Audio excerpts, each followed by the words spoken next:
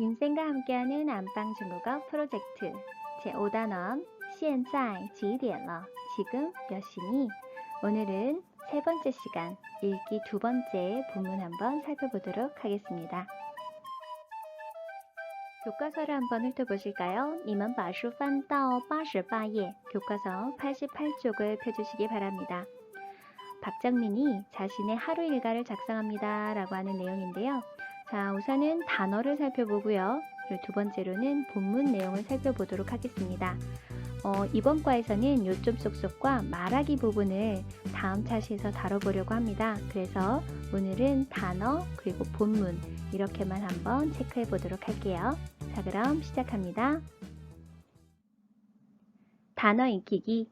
우선 단어를 한번 들어보도록 할게요.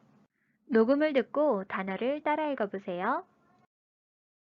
一天，美，起床，上午，上课，下午，下课，睡觉，早，睡，起，身体。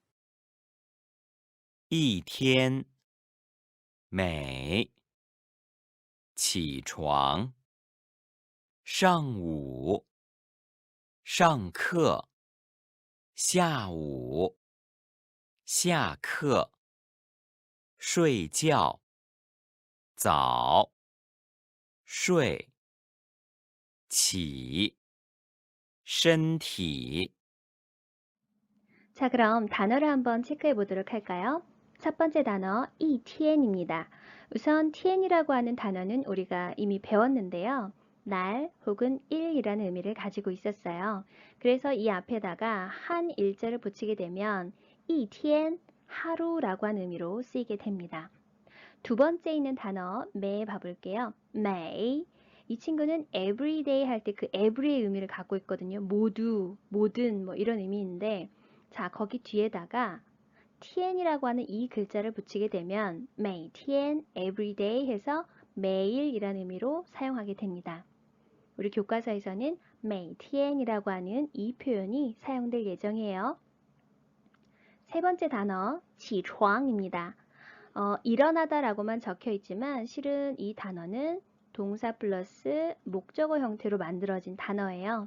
지는 일어나다 라고 하는 기, 일어날 기자고요. 床은 네, 침대라고 하는 뜻입니다. 그래서 침대 상자인데요. 그래서 두 개를 그대로 도금을 읽으면 기상입니다. 기상, 기상, 기상시간이라고 할 때 그 기상이요. 그래서 좀 더 명확하게 뜻을 적는다면 침대에서 일어나다, 기상하다. 네, 이렇게 보시면 되겠네요. 그래서 우리 친구들에게 뭐 의자에서 일어나라 라고 한 얘기를 할 때起床이라고 한 의미는 맞지 않겠죠. 그쵸? 그때는 다른 표현을 쓸 거예요.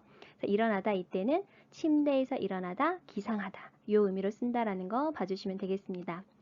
그 다음 보시면 아주 간단한 표현인데 위상자와 이게 뭐죠? 낮 오자 한번 읽어볼까요? 上午 上午 오전이라고 하는 표현인데 잘 보시면 자, 우는 낮 오자입니다.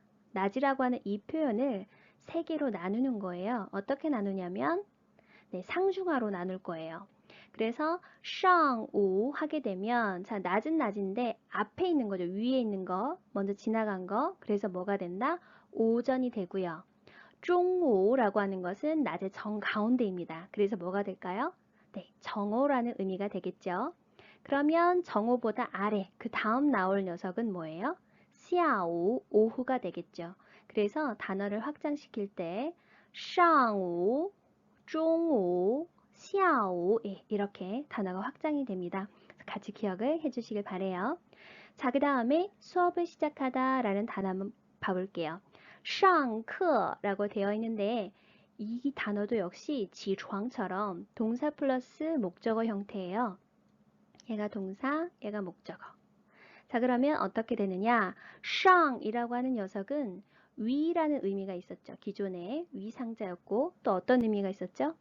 上个星期, 上星期 하면서 지난의 의미를 가지고 있었어요.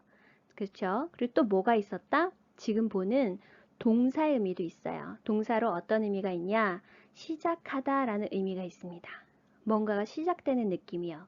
그래서 上 뒤에다가 课라고 하는 수업 혹은 과를 나타내는 단어를 붙이게 되면 上课 뭐를 시작한다? 수업을 시작한다. 네, 수업을 한다. 네, 이런 의미가 생기기도 합니다.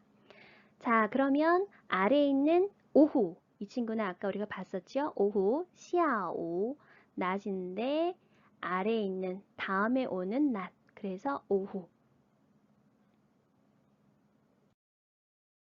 자, 다음 단어는 수업을 마치다, 下课입니다. 앞서서 우리가 수업을 시작하다 라고 하는 표현으로 上课라는 단어를 이야기했었는데요. 위 상자가 시작하다 라는 의미라면 아래 하자는 바로 끝내다, 마치다 라고 하는 동사의 의미를 가지고 있어요. 그래서 뒤에 课, 수업과를 나타내는 课와 만나서 下课, 수업을 마치다. 얘 역시도 동사와 명사 형태로 이루어진 단어라고 보시면 되겠습니다. 그 다음 단어 잠을 자다인데요. 睡觉, 이 사이에 ui 사이에 이가 있죠. 睡觉, 자 여기 睡가 역시나 동사, 觉는 명사의 형태인데요. 잘 보시면 睡는 자다. 이 바로 아래서 睡가 혼자서도 활용이 되거든요. 그쵸? 여기 바로 아래 睡, 자다 라는 뜻으로 혼자 활용이 되는데 뒤에 觉라고 하는 것은 바로 잠을 나타내요. 그래서 睡觉, 잠을 자다. 네, 이렇게 동사 플러스 명사 형태가 하나의 단어로 자주 활용이 됩니다. 그 다음 보이는 단어 早, 때가 이르다인데요.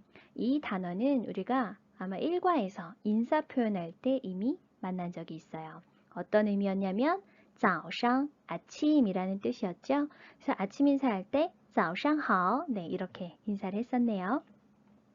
자, 그 다음에 睡는 방금 말씀을 드렸고 지 같은 경우에도 앞서서 기상하다, 起床이라는 단어에서 이미 만났었죠. 일어날 기자, 기상할 때 기. 얘 자체는 일어나다, 일어서다 라는 의미를 가지고 있습니다. 동사의 의미겠죠.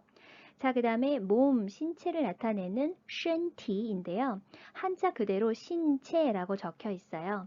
이 글자 같은 경우에는 번체자가 굉장히 복잡했는데 혹시 기억나시나요? 네, 원래 몸체자가 이렇게 쓰여지잖아요. 그런데 현대 가나자에서는 이런 스타일로 많이 줄여서 쓰여지고 있습니다.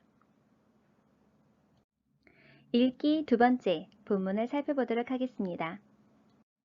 녹음을 듣고 본문의 의미를 생각해 보세요.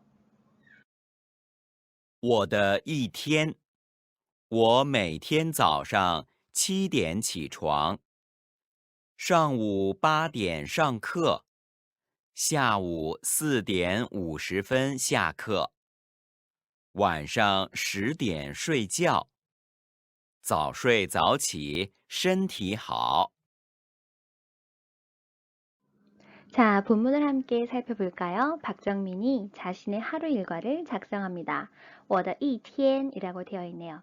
우선 각 단어의 의미를 살펴보면 我, 나, 더, 뭐뭐의, 一天, 하루라고 아까 단어를 배웠었죠.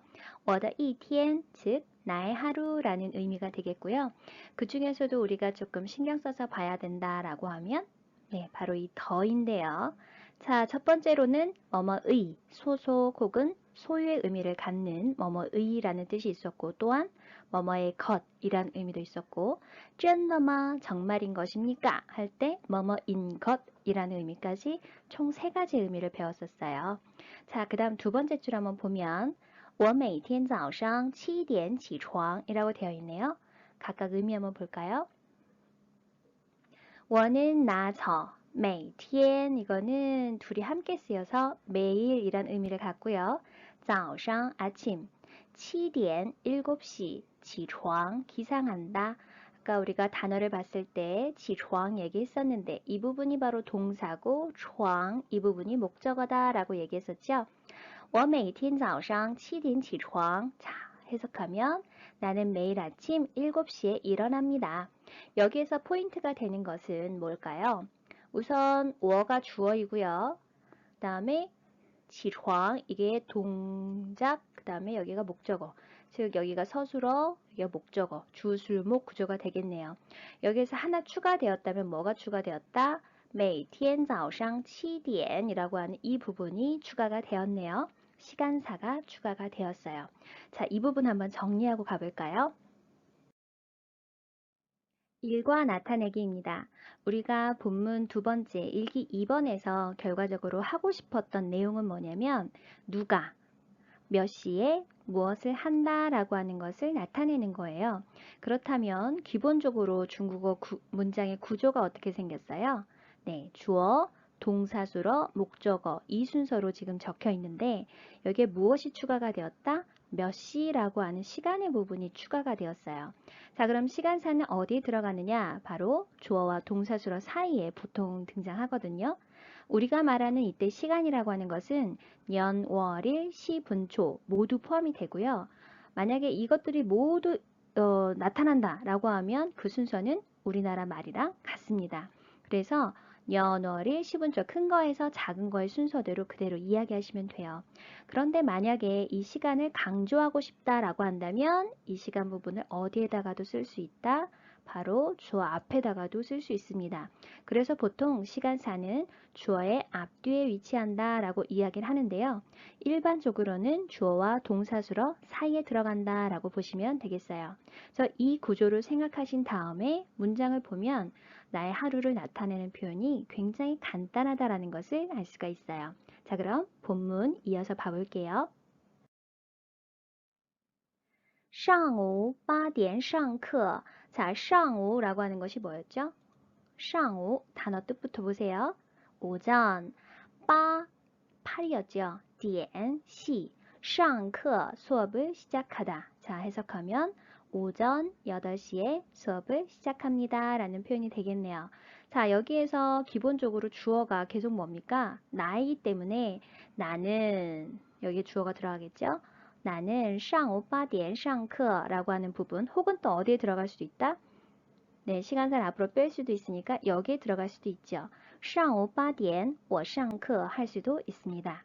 그 다음 문장 볼까요? 下午 4点50分下课. 자, 그러면 下午는 오후, 4点 4시, 50분 50분. 자, 우리가 숫자를 한어병음으로 쓸 때 어떻게 한다라고 했었냐면 이런 식으로 붙여서 쓴다라고 했었죠. 10의 단위와 1의 단위 숫자는 붙여서 쓴다. 만약에 51분이다 라고 했을 때 52라고 한 이 숫자는 한어병으로 쓸 때는 다 붙여서 써야 해요. 그 다음 단어 下课 수업을 마치다. 자, 그러면 위아래로 봤을 때 단어적으로 각각 반대말이 되는 녀석들이 보이네요. 어떤 애들이 있죠? 上午의 반대말 上午 오전과 오후, 그리고 또 上课 수업을 시작하다, 下课 수업을 마치다. 각각 반의어 관계 있는 단어가 되겠네요. 다시 한번 下午 4点50分下课 의미는 오후 4시 50분에 수업을 마친다.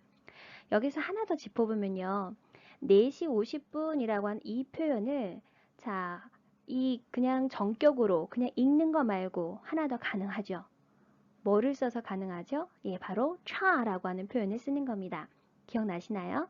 자, 차라고 하는 이 단어는 동사로 모자라다, 부족하다 이런 뜻을 가지고 있었어요. 그래서 얘가 동사이다 보니까 뒤에 목적어가 따라오죠. 몇 분이 모자라다, 몇 분 전이다 이렇게 되고요. 우리는 5시 10분 전이야 라고 해서 이렇게 기준시가 앞에 나오지만 중국어는 어떻게 된다? 기준시가 뒤로 가요. 이쪽으로 갑니다. 그래서 표현해보면 차 모자랍니다. 10분 10분이 모자랍니다. 기준시 몇 시에서? 5点 5시에서 이렇게도 표현할 수 있어요. 그래서 다시 바꾸면 下午4点50分下课 이 말은 下午差10分5点下课 이거랑 같은 표현이다 라고 하는 것을 기억해 주시면 좋겠네요. 마지막 두 문장이 남았는데요. 한번 볼까요? 晚上10点睡觉 晚上 이게 뭐였더라? 저녁 10点 몇 시? 10시 睡觉 뭘 한다? 잠을 잔다. 아까 단어를 소개했지만 睡 자체가 동사 觉 자체가 잠이라고 하는 명사 목적어가 되죠. 그래서 주어는 나이기 때문에 계속 생략이 되어 있고요. 晚上10点이라고 하는 시간사가 들어가 있네요. 주어 어디도 가능하다고요? 주어 자리가 네, 여기도 가능합니다. 주어 자리가. 자, 다시 한번 晚上10点睡觉 그러면 저녁 10시에 잠을 잔다. 약간 현실성이 없나요? 네. 무튼 저녁 10시에 잠을 잔다. 마지막 문장 볼게요. 早睡早起身体好 라고 되어 있네요. 早睡 끊고 早起 끊고 身体好. 자, 의미 보시면요. 早는 이르다, 睡 자다, 早 이르다, 起 일어나다, 身体 신체 몸, 好 좋다 이렇게 되었는데 이르다 자체는 형용사이지만 자 여기에서는 어떻게 된다? 일찍 자고 부사처럼 쓰였어요. 일찍 일어나고 그러면 어떻게 된다? 身体好 몸이 좋다 라고 해서 약간 관용적으로 지금 쓰인 표현이에요. 일찍 자고 일찍 일어나면 몸에 좋아요 라고 하는 표현입니다. 다시 한번 早睡早起 선생님 방금 읽을 때 早起 같은 경우에는 둘 다 삼성이잖아요. 앞에 있는 것은 이성으로 早起 이렇게 되겠죠. 물론 이 삼성은 뒤에 뭔가가 따라오기 때문에 다 하지 않고 반만 할 겁니다. 早睡早起身体好 이렇게요. 早睡早起身体好 일찍 자고 일찍 일어나면 몸에 좋아요. 자, 여기까지가 본문 문장 되겠습니다. 본문을 다시 한번 들어보도록 하겠습니다. 我的一天，我每天早上7点起床，上午8点上课，下午4点50分下课，晚上10点睡觉。早睡早起，身体好。 시간은 금이다. 이춘광인 이춘진 오늘도 수고하셨습니다. 지금까지 임쌤이었습니다. 大家辛苦了，再见。